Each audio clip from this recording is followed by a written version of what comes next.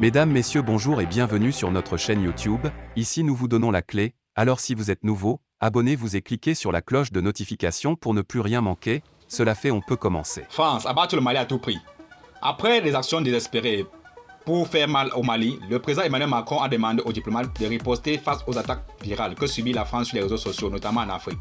Il leur a demandé de s'appuyer sur les médias français, notamment France Média Monde, RFI, France 24, pour mener la riposte, jusqu'où ira l'ancienne puissance coloniale dans sa volonté de vouloir maintenir le Mali sur le joug de la domination. Décidément, la brouille entre Bamako et Paris est loin de connaître son épilogue. L'ancien partenaire n'arrive pas à digérer son abandon en plein vol au profit d'autres partenaires plus crédibles et sincères. Elle est tout simplement sortie par la petite porte après des décennies de collaboration jugée insatisfaisante. Pour cela, tous les coups lui semblent bons pour se venger et laver la faune. Depuis un moment, la France est en train de perdre un peu partout en Afrique francophone la bataille de l'opinion publique. Au Mali, le partenariat avec la France est relégué au second plan par les autorités de la transition. Ce changement est mal perçu par l'ancienne puissance coloniale, qui ne lésine pas sur les moyens pour ternir l'image du Mali.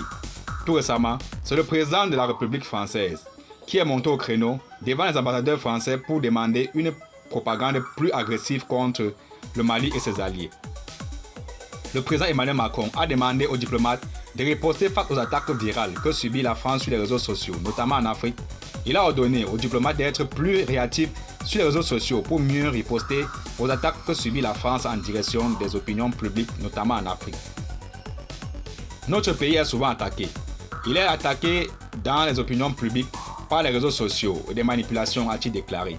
À travers cette déclaration, le président français donne carte blanche aux médias de propagande française à l'image de RFI et France 24, avec déjà le Mali dans son collimateur.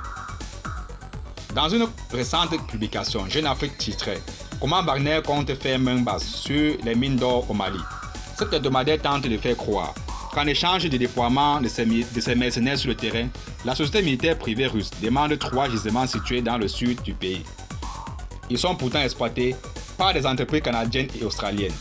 Par ailleurs, l'hebdomadaire Jeune Afrique soutient, confronté aux difficultés de paiement de son client malien jusqu'à la levée des sanctions de la CEDEAO à l'encontre de celui-ci en juillet, la société militaire russe entend désormais trouver une solution pérenne et lucrative, laquelle passe notamment par des mines d'or du pays.